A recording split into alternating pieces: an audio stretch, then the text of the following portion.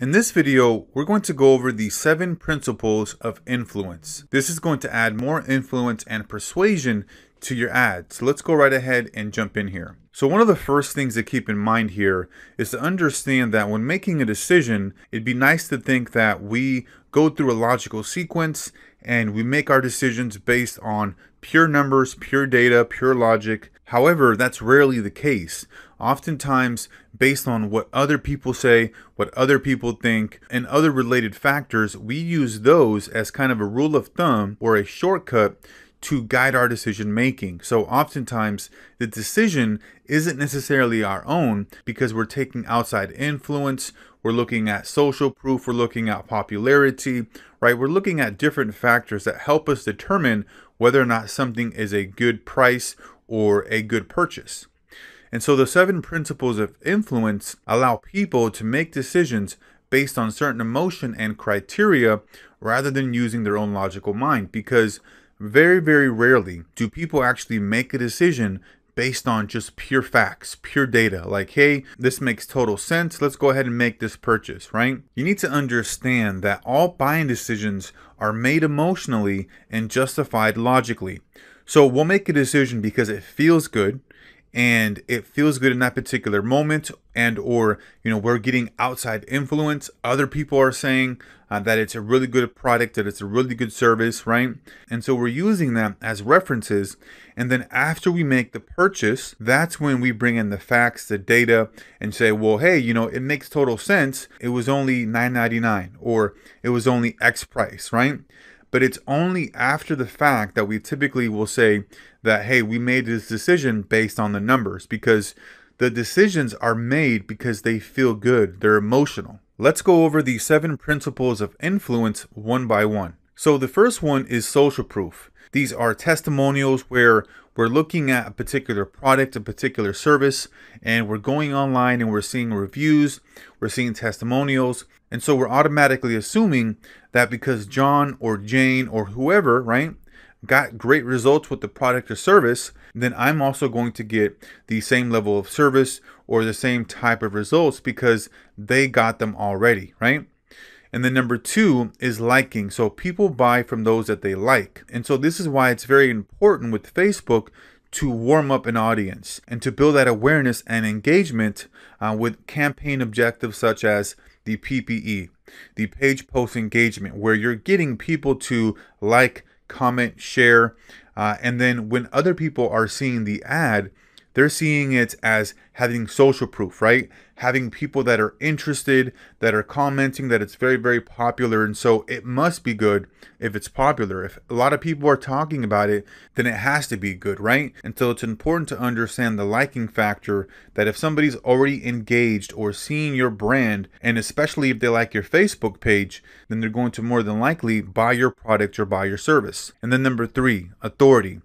So just think about all the actors that you see on TV from the various shows where just because they're wearing the outfits, just because they're wearing the uniform, such as a doctor, a policeman, right? Just because they're wearing those, people are automatically linking them as authoritative. And so with authority, we can use this in our ad copy, in our ad creatives, so that we position ourselves as the authoritative figure. And then number 4, reciprocity. This is where we're giving something for free and then where people are feeling obligated to give something back. So if you're in the US, just think about the store Costco, where when you go into Costco, they're giving away free samples of different products, and then they'll give you some samples, and then you'll feel obligated to want to buy the product. I don't remember the percentage, but it's very, very high as far as those who actually get a free sample and then actually buy the actual product. And also, just think about when you're giving away a free cheat sheet or whatever type of download or resource that you're getting for free, right? Especially if it's value packed. You're going to feel obligated to want to buy something down the road from that individual, right? Because if they're giving you a free cheat sheet that is extremely valuable and they could easily charge money for it, then the next time that they present you with an offer, you're going to be more likely to buy that because you feel obligated to buy something from them, give something back because they provided you with a ton of value for free. And then number 5, consistency.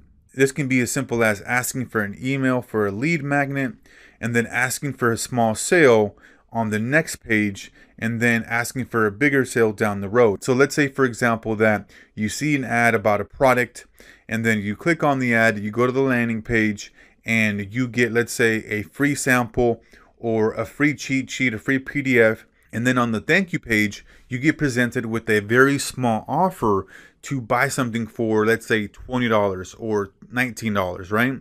And so because you have that consistency where you clicked on the ad, you put in your information, now that you see this other offer there, you're going to be more likely to purchase that because you have that consistency. And then number 6, scarcity. This is where we use like, hey, 10 limited vouchers available for the first people, or only X number of products or services are available. So make sure that you get yours before they run out. And so we're letting people know that if they don't take action now, then they're going to potentially miss out. And fear of missing out is a big deal for people to take action. So very, very powerful as well. And then number 7, this is curiosity. So being able to pique someone's interest by giving them bits and pieces. Just think about this in the dating context, right? When you're going out there and you're talking to the opposite sex, if you are giving away everything about yourself, telling them everything and anything that they want to hear, then they're going to not be as interested because they feel like they already know you and there's nothing else to know about you, right? But if you're holding back and just giving some bits and pieces about yourself and kind of creating this mystery around you, then it's going to create that attraction. This works extremely well when you're doing your outreach to businesses. If you tell them exactly what you do, how you do it, and give them all the information, there's no reason for them to respond, right? It's great to have some curiosity in your messages because it gets them to respond back and want to know more, right?